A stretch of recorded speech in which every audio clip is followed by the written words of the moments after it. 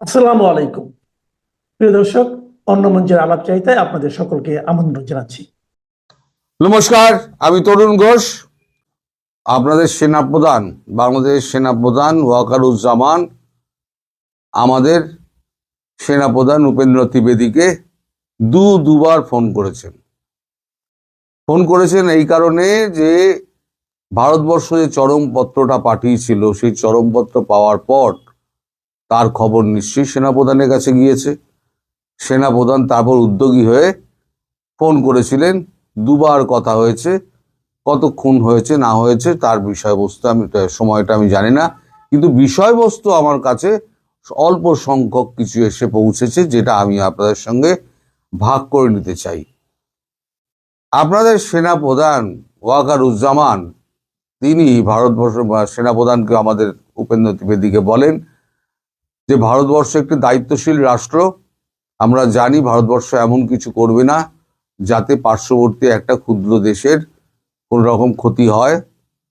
আপনারা আমাদের উপর আস্থা রাখতে পারেন, আমরা আমাদের মতো ব্যবস্থা নেব। পরিবর্তে আমাদের সেনাপ্রধান উপেন্দ্র ত্রিবেদী বলেন, আমরা 58 পৃষ্ঠার স্যাটেলাইট পিকচার দিয়েছিলাম, তার 93% কাজ আপনারা করেননি, 7% কাজ আপনারা করেছেন। মানে ওই রংপুরের গিয়ে যে চালাটালাগুলো ভাঙা, ওইটার কথাই হয়তো উনি উল্লেখ করেছেন। উনি বলেন রাষ্ট্রীয় পৃষ্ঠপোষকতায় ভারত বিরোধিতার কাজ চলছে। রাষ্ট্রীয় পৃষ্ঠপোষকতায় বলেছেন, কিন্তু কারোর উনি নাম বলেননি। এই পৃষ্ঠপোষকতার মধ্যে রয়েছেন 8 জন উপদেষ্টা ও 3টি রাজনৈতিক দল। 1971 সালে আমরা ইতিহাস বদল করেছিলাম, 1925 সালে আমরা ভূগোল বদল করে দেব। পরিষ্কার হুমকি যাকে বলে, এইটা আমাদের সেনাপ্রধান বলে দিয়েছেন। আর বলেছেন যে 8 জন পাকিস্তানি যে সেনা এবং আইএসআই আপনাদের ওখানে ছিল, আপনাদের সরকারি পৃষ্ঠপোষকতায় এবং আপনার লোকের সাহায্যে তারা পালিয়ে গিয়েছে। এর জন্য সম্পূর্ণ আপনারা দায়ী। আপনারা দেশকে অস্থির করেছেন, আপনারা দেশে মব কালচার তৈরি করেছেন, আপনারা সাধারণ মানুষকে খুন করছেন, আপনারা বাড়ি ঘরদোর জ্বালিয়ে দিচ্ছেন, সাধারণ মানুষকে ব্যতিব্যস্ত করছেন। সব থেকে বড় ব্যাপার যেটা হলো, আপনারা ভারতীয় দূতাবাসকেও ছাড়ছেন না।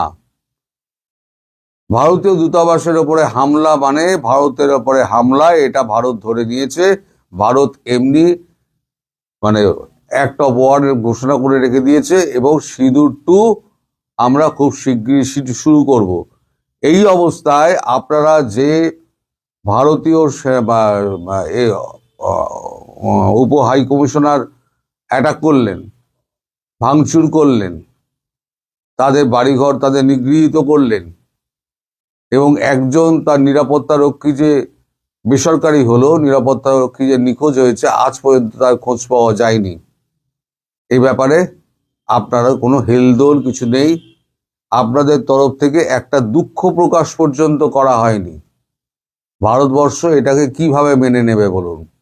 সুতরাং আপনাদের ওপর আমাদের আর কোনো আস্থা নেই।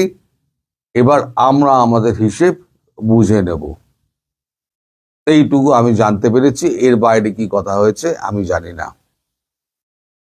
এখন ব্যাপার হচ্ছে, কালকে রাত্রিবেলা শিলিগুড়িতে মানে আপনার এই 7 সিস্টার অঞ্চলে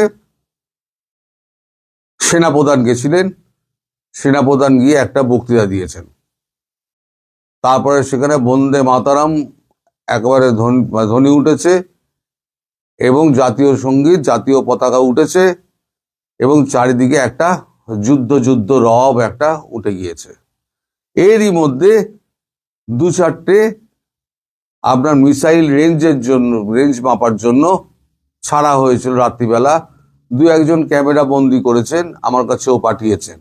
প্রচন্ড শব্দে সেই সমস্ত মিসাইল মানে আকাশ দিয়ে উড়ে যাচ্ছে। আসলে পাল্লা মাপা হচ্ছে, মানে রেঞ্জ মাপা হচ্ছে, যে কতটা রেঞ্জ আছে, রেঞ্জটা ঠিক করতে হবে, সেই রেঞ্জের হিসেব করা হচ্ছে। আমার যা মনে হচ্ছে, আমার যা রিডিং, খুব একটা বেশি দূরে নয়, একটা বড় ধরনের দুর্ঘটনা ঘটলেও ঘটতে পারে। এখন এই যে 17-18 তারিখ 17-18 তারিখ বাংলাদেশ 12টা সীমান্ত এলাকায় মোট 12টা ড্রোন উড়িয়েছিল এবং ছবি তুলছিল। সেনাবাহিনী কোথায় কোথায় মোতায়েন আছে ছবি তুলছিল। এখন আমার কাছে আমরা যা খবর পেয়েছি, তার মধ্যে 3টি ড্রোনকে ভূপাতিত করা হয়েছে, বাকি 9টি ড্রোন পালিয়ে যায়। আচ্ছা, জসিম-উদ্দিন রহমানিকে ছেড়ে দেওয়া হয়েছিল, বলা হয়েছিল জসিম-উদ্দিন রহমানি নাকি পাকিস্তানে চলে গেছেন, কিন্তু গতকালকে এই ওসমান হাদির যে জানাজা হয়, সেখানে জসিম-উদ্দিন রহমানিকে যথারীতি দেখা গিয়েছে, অর্থাৎ তিনি বাংলাদেশে বহাল তবিয়াতে আছেন। আমি এমনি আগেই বলেছিলাম মোদিজির মুড খুব খারাপ, তিনি একদম মিটিং ফিটিং এর মধ্যে ব্যস্ত আছেন, একটা হেস্ত নেস্ত এবার উনি করেই ছাড়বেন বলে ঠিক করেছেন, এবং একই সঙ্গে মার খাবে পাকিস্তান, আপনারা মিলিয়ে নেবেন। এখন শুধু সময়ের অপেক্ষা, কবে আপনাদের উপরে মারটা গিয়ে পড়বে। এখন এই যে সেনাকর্তার সঙ্গে, মানে সেনাবাহিনীর প্রধানের সঙ্গে আমাদের সেনাপ্রধানের সঙ্গে কথাবার্তা হলো, সেটা এখন সেনাপ্রধান চেয়েছিলেন তিনি যমুনায় গিয়ে তিনি জানাবেন, কিন্তু আপনাদের মানে প্রধান উপদেষ্টা মোহাম্মদ ইউনূস তিনি বলেছেন না না, এখানে আসার দরকার নেই, আপনি টেলিফোনেই আমায় বলে দেন। মানে টেলিফোনে বললেই ওনার শান্তি, কারণ উনি তো কিছু করবেন না, সরকারের পৃষ্ঠপোষকতা বলতে তো উনিই তো সরকারের পৃষ্ঠপোষকতা দিচ্ছেন, সেটা আমাদের সেনাপ্রধান সরাসরি বলেননি, কিন্তু আমরা তো জানি যে কে কোথা দিয়ে কলকাঠি নাড়ছে। এই সমস্ত টাকা পয়সা সবকিছু দেওয়া এবং প্ল্যানিং সব কিন্তু হচ্ছে এই ইউনূসের। আমি বলেছি না, এই হাদির মৃত্যুর পেছনেও কিন্তু ইউনূসের হাত আছে। আজকে আপনারা হয়তো আমায় অবিশ্বাস করছেন, একদিন প্রমাণিত হবে যে আমি সত্যি কথা বলেছিলাম, ইউনূস এইটা কাণ্ডটা করছে, কারণ জামাত চায় না নির্বাচন হোক, ইউনূস চায় না নির্বাচন হোক, ফলে এমন একটা অঘটন ঘটিয়ে দাও যাতে নির্বাচনটা পিছিয়ে যায়, আর ভারতবর্ষকে এমন করে খোঁচাতে লেগে যাও যাতে ভারতবর্ষ বাধ্য হয়ে আমাদের ওপর অ্যাটাক করে, তারপর আমরা তাই মধুসূদন করব, সারা পৃথিবীতে আমরা চেঁচামেচি করব, লোকজন ডাকবো, কিন্তু কেউ আসবে না, কারণ অ্যামনেস্টি ইন্টারন্যাশনাল পর্যন্ত বলে দিয়েছে আপনাদের দেশ সুরক্ষিত নয়। আপনাদের দেশ থেকে ইউএস থেকে আরম্ভ করে কানাডা, ইউকে সব পালিয়ে যাচ্ছে, কেউ আপনাদের দেশে নেই, সব এম্বাসিতেও তালাচাবি লাগাচ্ছে। আপনাদের এখন মানে ঘেরাটোপের মধ্যে পড়ে গিয়েছেন, আপনাদের কে বাঁচাতে আসবে? পাকিস্তান, তার অবস্থা খুব খারাপ, আসিম মুনির লুকিয়ে গেছে, তাকে ট্রাম্প ডেকে পাঠিয়েছে, সে আর দেখা করতে যেতে পারছে না, গেলেই ঘেঁটি চেপে ধরবে, তুমি যে এখানে ডিনার খেয়ে গেলে আর বলে গেলে যে তুমি ইসরায়েলের সৈন্য পাঠাবে প্যালেস্তাইনের সঙ্গে লড়ার জন্য, তা সেটার কি হলো? সৈন্য পাঠাও, দেশের মধ্যে অবস্থা খারাপ, আপনারা সবই খবর পাচ্ছেন। সুতরাং আসিম মুনির এই সময়তে বাংলাদেশের দিকে তাকাবে না, চীন তো তাকাবেই না, চীন বোঝে ব্যবসা এবং চীন বোঝে তার কি বলে ফায়দা, এছাড়া চীন নড়ে না। বাকি রইল কি তার কি আপনার দিকে আসবে না, কারণ তার কি নিজের সমস্যা এত বেশি হয়ে গেছে, তার কাছে খাদ্য সংকট দেখা দিয়েছে, বারবার কাতর অনুনয় বিনয় করা সত্ত্বেও ভারতবর্ষ টাকা দিচ্ছে, খাদ্য দিচ্ছে না, টাকা দিতে চাইছে কিন্তু খাদ্য দেবে না, তোরা শুকিয়ে মর, এদিন আপনাদেরও আসবে। এই যে আজকে তুর্কির যে অবস্থা হয়েছে, এদিন আপনাদেরও আসবে। কাল যদি হাই কমিশন বন্ধ করে দেয়, তার মানে কূটনৈতিক সম্পর্ক ছিন্ন হয়ে গেল। এখন যুদ্ধের আগে তো হাই কমিশন বন্ধ তো হবেই। হাই কমিশন বন্ধ হওয়া মানে জানবেন যুদ্ধের প্রথম স্টেপটা পড়ে গেল। আর দ্বিতীয় স্টেপটা হচ্ছে, যখন কূটনৈতিক সম্পর্ক ছিন্ন হয়ে যায়, তখন কোনো রকম লেনদেন আর কোনো রাষ্ট্রের সঙ্গে, সেই রাষ্ট্রের সঙ্গে তো হয় না। ফলে আপনাদের কাছে টাকা দিলেও ভারতবর্ষ আর খাদ্য সামগ্রী পাঠাবে না। এদিকে আমাদের সেভেন সিস্টারে যেভাবে বন্দে মাতরম যেভাবে উচ্চারিত হচ্ছে এবং জাতীয় সঙ্গীত বাজানো হচ্ছে এবং আপনার পতাকা নিয়ে দৌড়দৌড়ি হচ্ছে, আমার মনে হচ্ছে আমাদের সেনা তো আর আপনাদের সেনার মতো নয়। তারা লড়াই করার জন্য প্রস্তুত হয়ে রয়েছে। তারা বলছে আমাদের একবার সুযোগ দিন। আমার মনে হয় বুটস অন গ্রাউন্ডস হবে। আর যদি ভারত ঢোকে, তাহলে পরে কিন্তু ভারত সহসা বেরোবে না। এবং এই যত আছে আপনাদের উগ্রপন্থী, যত সন্ত্রাসবাদী আছে, সব ধরে ধরে গুলি করে মারবে প্রত্যেক কটাকে। এবং একদিনের জন্য থাকবে না, বেশ কিছু দিনের জন্য থাকবে। আমার কথা মিলিয়ে নেবেন। এখন এই হলো গিয়ে আপাতত আপডেট। এর বাইরে আমার কাছে আজকে কোনো খবর নেই। আমি খবর নেওয়ার চেষ্টা করছি এই যুদ্ধের কি অবস্থা, মানে যুদ্ধ আদৌ হবে কিনা, যদি হয় তাহলে কবে হবে, কিভাবে হবে, তার খবরাখবর আপনারা দেওয়ার চেষ্টা করবো। সবাই ভালো থাকবেন। দুটি ঘটনা নিঃসন্দেহে সরকারকে বিব্রতকর অবস্থায় ফেলেছে এবং চাপেও ফেলেছে। এটা কোনো মানে বলার অপেক্ষা রাখে না। আপনারা খেয়াল করে দেখবেন যে বাংলাদেশ সরকারের এই ওসমান হাদির নিহত আর ঘটনার ডামাডোলের মধ্যে দিয়ে যে দুইটি সাংঘাতিক ঘটনা ঘটেছে, একটি হলো ওই ঘটনার সূত্র ধরে প্রথম আলো, daily star, Udichi, Chhayanaut, Indira Gandhi cultural centre এগুলো ভেঙে ফেলা, এবং ভালুকায় সেই কিশোর ছেলেটি 28 বছরের তরুণ মানুষটি, তাকে মেরে ধর্ম অপমাননার একটা ফালতু অভিযোগ তুলে এখন পর্যন্ত যার কোনো বিশ্বাসযোগ্য প্রমাণ পায়নি। আইন শৃঙ্খলা বাহিনী র্যাবই বলেছে তারা এমন কিছু ওই চিলে কান নেওয়ার মতন, বা এটা চিলে কান নেওয়া না, এটাকে আসলে যে একটা ওই সে নুরাল পাগলা টাইপ ঘটনা, সেই চট্টগ্রামের ছেলেটি, সেই দীপুচন্দ্র দাস, তার ঘটনায় আন্তর্জাতিক, শুধু বাংলাদেশ না, বাংলাদেশ সীমানা পার হয়ে আন্তর্জাতিক অঙ্গনে সরকার নিশ্চিতভাবেই কি একটা চাপে পড়েছে না?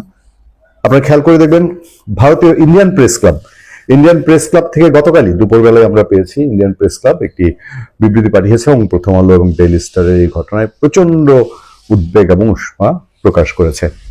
এর পাশাপাশি আমাদের হাতে যে খবরটি আছে সেই খবরটির মধ্যে এই ঘটনায় মানে বাংলাদেশের রাজধানীর মধ্যে, এটা 5 আগস্টের মতো লক্ষ লক্ষ লোক যেরকম গণভবনে ঢুকে যাচ্ছিল অন্য কোথাও, সেরকমও না। ইচ্ছা করলে আইন শৃঙ্খলা বাহিনীর সেই স্ট্রেংথ ছিল না, বা সরকারের ঊর্ধ্বতন মহলে পারলে প্রধান উপদেষ্টার কোনো সেলফোন সাংবাদিকদের কাছে থাকলে সেইখানেও, আমি হলে প্রধান উপদেষ্টা প্রেস সচিবকে যখন বাবার সাংবাদিকরা ফোন করেছে, তাকে ফোন করার মতো সমান কথা, কিন্তু তারপরে ভবন দুটি রক্ষা করা যায়নি, না পুলিশ না কেউ সেখানে গিয়ে ভবনগুলো বাঁচালো না, রক্ষা করলো না, বরঞ্চ পরে মানুষগুলো জান গেল না, তাদেরকে উদ্ধার করে এনে এটা একটা দয়ার পরিচয় যে আমরা তো তাদেরকে জানে বাঁচায় নিয়ে আসছি, এরকম একটা সিচুয়েশন। সেই সময়ে ঘুরে ফিরে দীর্ঘ সময়ে পরে আসলেও বিএনপির তো একটু বোধোদয় হয়েছে, এখন তো কট্টরপন্থী শব্দটা উচ্চারণ করছে। ওই যে ভেবেছিল যে এরা সব আওয়ামী লীগকে ধরবে, অন্যান্যদের ধরবে, সাংস্কৃতিক লোকজনকে ধরবে, আমাদের বোধহয় না ধরতে পারে, কিন্তু এখন দেখছে যে এই গ্রাস কোন দিকে যেতে পারে। সেই জায়গায় বিএনপি একজন সিনিয়র দায়িত্বশীল নেতার মন্তব্যটা, প্রথম আলো ডেইলি স্টারে হামলা সরকারের দুর্বলতার কারণে মপতন্ত্র প্রশ্রয় পেয়েছে। সাউদ্দিন আহমেদ ডিবিসি শিরোনাম একটা ফটোকার্ড করেছে, দেখলাম যে চেয়েছিলাম গণতন্ত্র, চালু হয়েছে মপতন্ত্র। প্রথম আলো ডেইলি স্টারে হামলা ও অগ্নিসংযোগের ঘটনায় সারা বিশ্বে বাংলাদেশের ভাবমূর্তি ক্ষুণ্ণ হয়েছে বলে মন্তব্য করেছেন বিএনপির স্থায়ী কমিটির সদস্য সালাউদ্দিন আহমেদ। একদম নাক কান কাটা গেছে, এই সরকার যে পারে না, এই সরকার বা এই সরকারের সময় বাধা দেয় না এইসব কাজে, মবকে যে তারা নিয়ন্ত্রণ করে না, এর একেবারে চাক্ষুষ প্রমাণ হচ্ছে প্রথম আলো ডেইলি স্টার পুড়িয়ে দেয়। সরকারের দুর্বলতার কারণেই মপতন্ত্র প্রশ্রয় পেয়েছে এবং এটি কঠোর হাতে দমন করা প্রয়োজন বলে জানান তিনি। রোববার দুপুরে রাজধানীর রেডিসন ব্লু হোটেলে বিএনপি ভারপ্রাপ্ত চেয়ারম্যান তারেক রহমানের ঐতিহাসিক স্বদেশ প্রত্যাবর্তন দিবস উপলক্ষে গণমাধ্যমে শীর্ষ ব্যক্তিদের সঙ্গে আয়োজিত মত বিনিময় সভায় সালাউদ্দিন আহমেদ এই কথা বলছেন। এই ঘটনায় সরকারের দায়িত্ব সবচেয়ে বেশি ছিল বলে মন্তব্য করেন বিএনপির নেতা। তিনি বলেন, এরকম একটা প্রেডিকশন ইন্টেলিজেন্সের রিপোর্টে থাকে, আমরাও জেনেছি সে ইন্টেলিজেন্স রিপোর্ট। চিন্তা করেন, ইন্টেলিজেন্স রিপোর্টে ছিল প্রথম আলো ডেইলি স্টারে হামলা করা হবে, সেটা থাকার পরেও এই ঘটনা, কিন্তু সেটা আমলে নেওয়া হলো না কেন? তাহলে কি তারাই চেয়েছিল প্রথম আলো ডেইলি স্টার পুড়িয়ে দেওয়া হোক? আইন সুরক্ষাকারী বাহিনীর ভূমিকা নিয়েও প্রশ্ন তোলেন সাউদ্দিন আহমেদ, বলেন শুনেছি 1-2 ঘন্টা পরে তারা রেসপন্স করেছে, সেটা কেন? সাউদ্দিন আহমেদ আরো বলেন, প্রথম আলো ডেইলি স্টার যেভাবে জ্বালিয়ে দেওয়া হয়েছে, পুড়িয়ে দেওয়া হয়েছে, burn down to the ground, এরকম দৃশ্য সারা বিশ্ব দেখেছে, সেটা আমাদের জন্য লজ্জার। জাতি হিসাবে এটা কোনোভাবে আমরা শুধু দুঃখ প্রকাশ করে সমাপ্ত করতে পারবো না। প্রেস সচিব সরি বলতেছে, প্রধান উপদেষ্টা মতিউর রহমান এবং মাহফুজ আলমকে ফোন দিচ্ছে।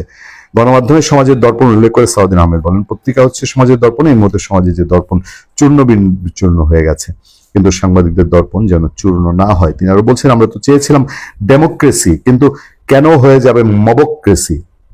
তাকে কেন লালন করতে দেওয়া হবে? আর কি কিছু বুঝতে বাকি থাকে? সবারই এখন টনক নাড়িয়েছে। এটা যে বাংলাদেশ কাঁপিয়ে বাইরেও কাঁপাচ্ছে, এই ঘটনা দুটা, একটা প্রথম আলো ডেইলি স্টার পুরানো এবং শেষ অন্যগুলো, এবং ভালুকার ঘটনা, এর আরো প্রমাণ আছে। আরো প্রমাণ আমি আপনাদেরকে বলবো। তার আগে আপনারা একটু দেখে নিন যে প্রথম আলো অফিসে গিয়ে ইউরোপীয় ইউনিয়নের নেতারা কি বলছেন, বা ইউরোপীয় ইউনিয়নের প্রতিনিধিরা কি বলছেন। প্রথম আলো কার্যালয়ে ইউর রাষ্ট্রদূত, প্রথম আলো ডেইলি স্টারে হামলা বাংলাদেশের গণতন্ত্রের জন্য ভয়াবহ মুহূর্ত। লজ্জা আছে? ঢাকায় নিযুক্ত ইউরোপীয় ইউনিয়নের রাষ্ট্রদূত মাইকেল মিলার বলেছেন, প্রথম আলো ডেইলি স্টারে হামলা মানে গণমাধ্যমের স্বাধীনতা, মত প্রকাশের স্বাধীনতার উপর আঘাত। এটি বাংলাদেশের গণতন্ত্রের জন্য একটি ভয়াবহ মুহূর্ত ছিল। আমরা এই ধরনের ঘটনার পুনরাবৃত্তি চাই না।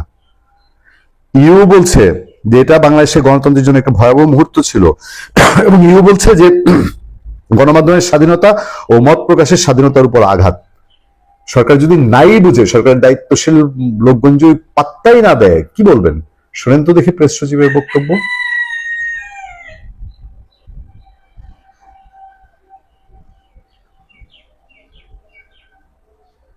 কি বলবেন বলেন? লজ্জা থাকলে কেউ কি কথা বলতে পারে? বাইরের দেশের লোকজন এসে বলছে বাংলাদেশের মত প্রকাশের স্বাধীনতা, গণমাধ্যমের স্বাধীনতার উপরে এটা একটা আঘাত, আর ওনারা বলছেন আমাদের সময় নাকি সর্বোচ্চ স্বাধীনতা ভোগ করছে গণমাধ্যম। রোববার দুপুরে প্রধান আলোর কার্যালয়ে সহমর্মিতা প্রকাশের জন্য ইউ রাষ্ট্রদূত গিয়ে এই কথা বলেছেন, এটা তিনি সেখানে বলে এসেছেন। এরপর আরো ঘটনা আছে, পাশের দেশ ভারতে তোলপাড় হয়েছে, সেটা আমি আলাদা করে আপনাদেরকে জানাবো, আলোচনা করব। আরেকটু বলি শুধু, আপনার প্রধান উপদেষ্টা ডক্টর মোহাম্মদ ইউনূসের যে ফেসবুক পেজটি আছে সেটি খেয়াল করে দেখবেন যে এই বাংলাদেশে সংখ্যালঘু নির্যাতনের ঘটনা বহু আছে, এবং তারা কতটুকু বিচার পায় এটাও সারা পৃথিবী জানে, মানুষ জানে। এবার ভালুকায় যে ছেলেটিকে এরকম নৃশংসভাবে শেষ করা হলো, সেই ছেলেটির ভিডিও দেখে দেখে এখন পর্যন্ত 12 জনকে অ্যারেস্ট করা হয়েছে। সরকার সিরিয়াসলি নিতে বাধ্য হয়েছে, মন থেকে চাক না চাক, যে এইটা কন্ট্রোল করা ছাড়া তার হাতে, মানে এটা অন্তত এদেরকে ধরতে হবে, ধরে, কারণ সারা পৃথিবীর উল্লেখযোগ্য সংবাদ মাধ্যম, ব্লগার, যারা অ্যাক্টিভিস্ট, সবার মধ্যে এটা নাড়া পড়েছে। আল জাজিরা, বিবিসি সহ ইন্টারন্যাশনাল গণমাধ্যমে এই ঘটনায় নেক্কারজনক ভিডিও এবং বিশ্লেষণ প্রচার হয়েছে। ফলে ডক্টর ইউনূসকে তার ফেসবুক পেজের মাধ্যমে জানাতে হচ্ছে যে আমরা এদেরকে অ্যারেস্ট করছি, গ্রেফতার করছি, এই জিনিসগুলো। আর নাহলে তারা এই চাপ কত তো কাহাতক মানুষ, এই যে দিনে দুপুরে একটা ছেলেকে মেরে ফেললো, মেরে হামলাকারীরা পালিয়ে গেল, দিনে একেবারে রাজধানী পান কেন্দ্র, একদিকে যমুনা, একদিকে ক্যান্টনমেন্ট, প্রধান উপদেষ্টার কার্যালয়, তার মাঝখানে দুইটা জলজন্ত পত্রিকার অফিস শেষ করে দিল, রক্ষা করতে পারলো না।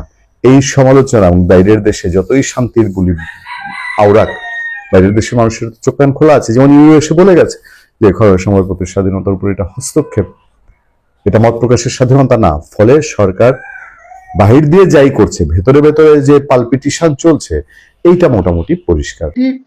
সূত্র থেকে খবর পেলাম, বাংলাদেশের সেনাপ্রধান জেনারেল ওয়াকারুজ্জামান এবং ভারতের সেনাপ্রধান উপেন্দ্র দ্বিবেদী, এই দুজনের মধ্যে টেলিফোনে কথা হয়েছে। কথা হওয়ার সূত্র হচ্ছে ফোন করেছেন জেনারেল ওয়াকার। এটি নিয়ে আজকে কথা বলবো। তো শুরুটা করতে চাই আসলে হাদির মৃত্যুর খবর দিয়ে। আপনারা দেখেছেন যে হাদির মৃত্যুর খবরে বাংলাদেশ জ্বলে উঠেছিল। এখনো সেই আগুন হয়তো পুরোপুরি নেভেনি, এবং ইতিমধ্যে ভয়াবহ পরিস্থিতি সৃষ্টি হয়েছে। আগুনে পোড়ানো হয়েছে একের পর এক স্থাপনা, বাড়িঘর, সংবাদ মাধ্যমের একাধিক অফিস। অনেকেই প্রশ্ন করছেন অন্তর্বর্তী সরকার কেন এই পরিস্থিতি সামলাতে পারল না। তারা কি চায়নি সামাল দিতে পরিস্থিতিটি, নাকি চেয়েছে এভাবেই চলুক ধ্বংসযজ্ঞ? আইন শৃঙ্খলা রক্ষাকারী বাহিনী বেশ কিছুদিন যাবৎ বলছে দেশে আইন শৃঙ্খলার পরিস্থিতির উন্নতি হচ্ছে ক্রমশ। নির্বাচনের আগে পরিস্থিতি আরো কাঙ্ক্ষিত মাত্রায় উন্নীত হবে, অতএব ভয়ের কিছু নেই। প্রশ্ন হচ্ছে, এটাই কি তার নমুনা? আচ্ছা, কতজন মানুষ সেদিন রাতে ধ্বংসলীলা চালিয়েছে? শুধু রাজধানীতে হওয়া ধ্বংসাত্মক ঘটনাবলী বিবেচনায় রেখে প্রশ্ন করতে চাই, এই পরিমাণ মানুষকে, মানে যে গুটি কয় মানুষ এই মবে অংশ নিয়েছিল, ধ্বংসলীলায় অংশ নিয়েছিল, এই পরিমাণ উচ্ছৃঙ্খল জনগোষ্ঠীকে নিয়ন্ত্রণ করার ক্ষমতা আমাদের পুলিশের নেই, র্যাব বিজিবির নেই, সেনাবাহিনীর নেই। এই নিয়ন্ত্রণ করতে না পারাটা আসলে কি বার্তা দেয়? আমরা তো আবার যুদ্ধ প্রস্তুতির ফ্যান্টাসিতে ভুগতে ভালোবাসি। আমাদের প্রধান উপদেষ্টা কয়েক মাস আগে যুদ্ধাবস্থার কথা বলেছিলেন, যে দেশ একটি যুদ্ধাবস্থার মধ্যে আছে। সবাই তখন সমালোচনা করেছেন, আমরাও করেছি। দেশের যুদ্ধাবস্থা কোথায়? কেন এমন বলছেন প্রধান উপদেষ্টা? অবশ্য কয়েক মাস পর আজকে মনে হচ্ছে প্রধান উপদেষ্টা ঠিকই বলেছিলেন, কারণ তিনি জানতেন বাংলাদেশ এই পরিস্থিতিতে পড়তে যাচ্ছে বা পড়বে, কারণ এর নামই হয়তো মেটিকুলাস ডিজাইন। তিনি যা জানেন আগে থেকে, তা আমরা জানবো কিভাবে? আজকে আমরা প্রশ্ন করছি, হাদির মৃত্যুর খবর পেয়ে উত্তেজিত মুসলিমীয় জনতাকে সরকার কেন নিয়ন্ত্রণ করতে পারেনি, এই প্রশ্নটা আমরা তুলছি। কিন্তু কেউ কি এটা বলছে যে সরকারই এটা চেয়েছে এমন হোক? কারণ এ থেকে যে সুফলটা মিলবে সেটা সরকারেরই দরকার, কিংবা ইউনূস সাহেবের দরকার। পাবলিক কি বুঝলো না বুঝলো, কি বলল না বলল, এসব নিয়ে আসলে ভাববার সময় নেই। তাই বুঝে নিতে হবে, যা হওয়ার দরকার সেটাই হতে দিয়েছে অন্তর্বর্তী সরকার। গত কয়েকদিনের ঘটনায় বাংলাদেশ বিশ্বব্যাপী সংবাদের শীর্ষ শিরোনাম হয়েছে। এটা তো বিরাট প্রাপ্তি, কি বলেন? বিনা পয়সায় ব্র্যান্ডিং বলতে পারেন এটাকে। ম্যাজিস্ট্রেসি পাওয়ার নিয়ে মাঠে থাকা সেনাবাহিনী গত কয়েকদিনের ঘটনায় নিজেদের কোনো অক্ষমতা দেখে কিনা, নিজেদের দায়ী মনে করে কিনা, তা সাধারণ মানুষের বুঝবার উপায় নেই। সেদিন রাতে, মানে যেদিন এই ধ্বংসলীলা সংঘটিত হয়েছিল, সুন্নতি লেবাসের এক মহা বিপ্লবীকে, একজন নয় আসলে একাধিক, তো আমি একজনেরটা স্পেশালি বলবো, তাকে দেখলাম মধ্যরাতে প্রায় 2টা-2:30টার দিকে একাধিক মিডিয়া প্রতিনিধির সামনে সেনাবাহিনী এবং সেনাপ্রধান সম্পর্কে যা মনে আসছে তাই বলছে। আমি আসলে ভিডিওটি, ক্লিপটি আপনাদের দেখাতে পারি, কিন্তু আমার রুচিতে বাধছে এদেশের নাগরিক হয়ে এদেশের সেনাপ্রধানকে এভাবে অশ্লীল ভাষায় আক্রমণ করা। সেনাপ্রধানের ঘাটতি থাকতেই পারে, দোষ থাকতেই পারে, কিন্তু এইভাবে মিডিয়াতে একজন দাড়িওয়ালা, মাথায় পাগড়িওয়ালা, গায়ে জোব্বা পরিহিত একজন মানুষ বলতে পারেন কিনা, করতে পারেন কিনা, এই প্রশ্নটি আসলে আমি সবার কাছে রাখতে চাই। কথাগুলো এই জন্যই বললাম, আসলে তখন তো তাকে কেউ থামায়নি। আশপাশে আইন শৃঙ্খলা রক্ষাকারী বাহিনী হয়তো কাছে দূরে ছিল, কারণ প্রথম আলো এবং ডেইলি স্টার থেকে তখনও সেনাবাহিনীর সদস্যরা সরে যাননি রাস্তা থেকে। পরে এই ভদ্রলোককে আইনের আওতায় আনা হয়েছে কিনা এমন খবরও কিন্তু আমরা পাইনি। তার মানে কি এই নয়, সে যা করতে চেয়েছে, তার অন্য সাথীরা যা করেছে, সবকিছুই প্রভাবশালী কোনো পক্ষ বা শক্তি চেয়েছে বলেই করতে পেরেছে, ঘটেছে, এবং সে বা তারা এখনো নিরাপদেই রয়েছে। সেনাপ্রধানকে গালি দিয়ে এভাবে পার পাওয়া যায়, ধারণা ছিল না। এখন সচক্ষে দেখে, নিজ কানে শুনে বুঝতে পারছি, এর নামই বোধহয় গণতন্ত্র, এর নামই হয়তো বাক স্বাধীনতা, কিংবা স্বাধীনতা 2.0। খবর পেলাম এই কঠিন পরিস্থিতির মধ্যেই গতকাল মধ্যরাতে ক্যান্টনমেন্টে জরুরি বৈঠক করেছেন সেনাপ্রধান জেনারেল ওয়াকারুজ্জামান। যিনি এই কথাটি বলেছেন, এই তথ্যটি দিয়েছেন, তিনি জানেন এই সংবাদের সত্যতা কতটুকু। আমার কিন্তু তেমন বিশ্বাস হয়নি। মাঠে থাকা ওয়াকার সাহেবের সৈনিকেরা মাঠের ধ্বংসলীলা ঠেকাতে সক্রিয় ভূমিকা রাখতে পারেননি বা রাখেননি, আর তিনি সেনাপ্রধান হয়ে শীতের মধ্যরাতে জরুরি বৈঠক করবেন কি কারণে? তার ঠেকাটা কি? তাকে এতটা বেরসিক মনে হয় আপনার? তবে যিনি আমাকে সংবাদটা দিয়েছেন তিনি জোর গলায় বললেন, অপেক্ষা করুন, দেশে জারি হতে চলেছে বা জারি হতে পারে জরুরি অবস্থা। চমকে উঠে বললাম, কি বলছেন এসব? মাথার চুল তো সব খাড়া হয়ে যাচ্ছে। উল্টো তিনি বললেন, দেশে চরম নৈরাজ্যকর পরিস্থিতি এবং সীমাহীন অস্থিরতার পাশাপাশি ভারত বিরোধী উত্তেজনার পারদ এখন যে কোনো সময়ের তুলনায় অনেক উঁচুতে। এই পরিস্থিতিতে ভারত যেন হুট করে কিছু করে না বসে, সেজন্য আগে ভাগে পরিস্থিতি এবং এর সম্ভাব্য পরিণতি বয়ান করতে, মানে পরিস্থিতি সামাল দিতে এবং সম্ভাব্য পরিণতি সম্পর্কে আলোচনা করতে ভারতের সেনাপ্রধান জেনারেল উপেন্দ্র দ্বিবেদীকে ফোন করেছেন বাংলাদেশ সেনাবাহিনীর সেনাপ্রধান জেনারেল ওয়াকারুজ্জামান। এই ফোনালাপে জেনারেল ওয়াকার ভারতের সেনাপ্রধানকে আশ্বস্ত করেছেন বাংলাদেশে থাকা ভারতীয় নাগরিকদের জানমাল এবং সম্পদের বা স্থাপনার নিরাপত্তা নিশ্চিত করা হবে।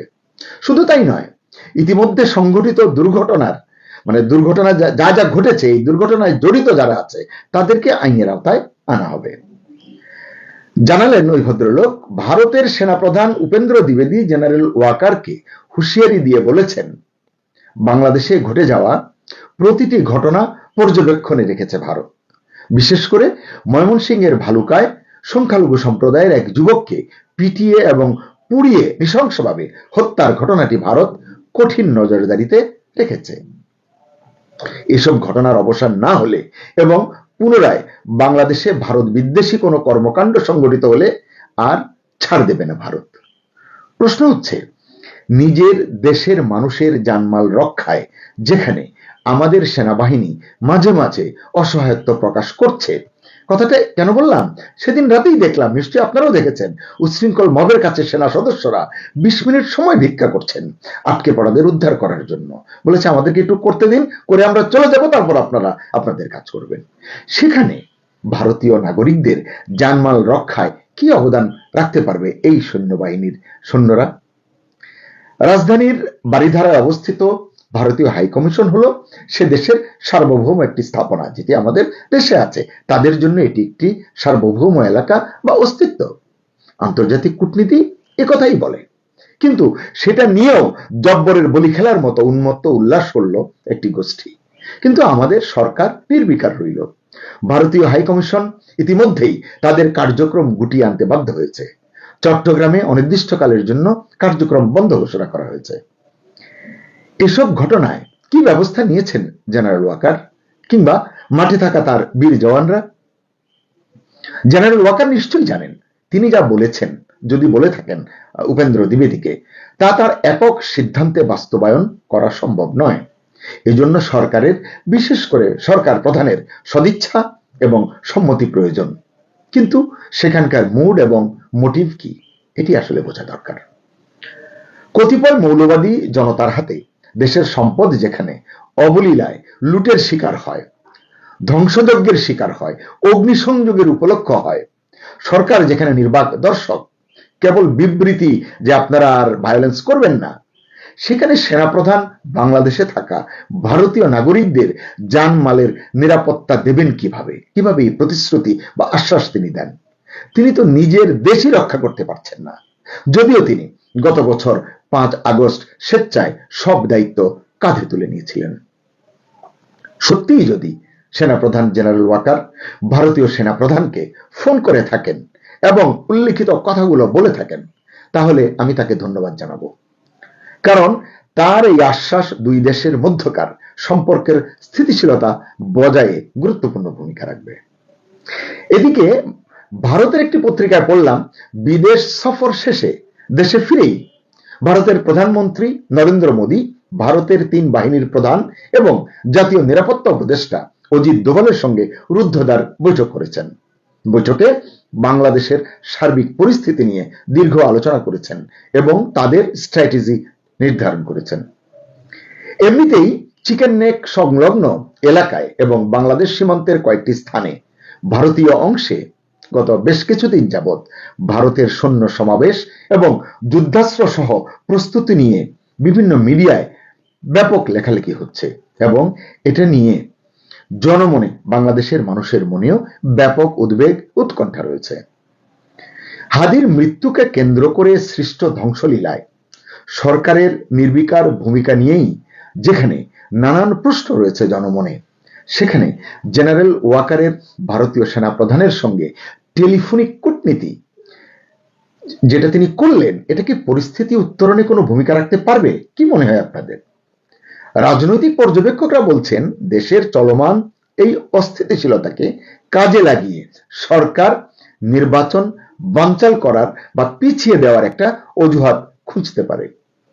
সত্যিই যদি সরকার এমন কিছু করে, আপনি সেটাকে ষড়যন্ত্র বললে বলতে পারেন, আমি বলবো না, কারণ এটা গোপনে হচ্ছে না, মানে এক প্রকার প্রকাশ্যেই হচ্ছে, কারণ সবাই এটা বুঝতে পারছেন কম বেশি। এছাড়া এটা শিক্ষিত মেধাবী লোকদের কাজ, লোকেরা করছেন। মেধাবী লোকদের এ ধরনের কাজকে ষড়যন্ত্র বলে না, বড়জোর মেটিকুলাস ডিজাইন বলতে পারেন। এরকম পরিস্থিতিতে ভারতীয় নাগরিকদের জানমাল রক্ষায় জেনারেল ওয়াকারের টেলিফোনিক আশ্বাস আরেকটি বার্তা দেয়। সেটা কি? সেটা হলো, হয়তো আবারও ইউনূস এবং সেনাপ্রধানের মধ্যে দূরত্ব বেড়েছে।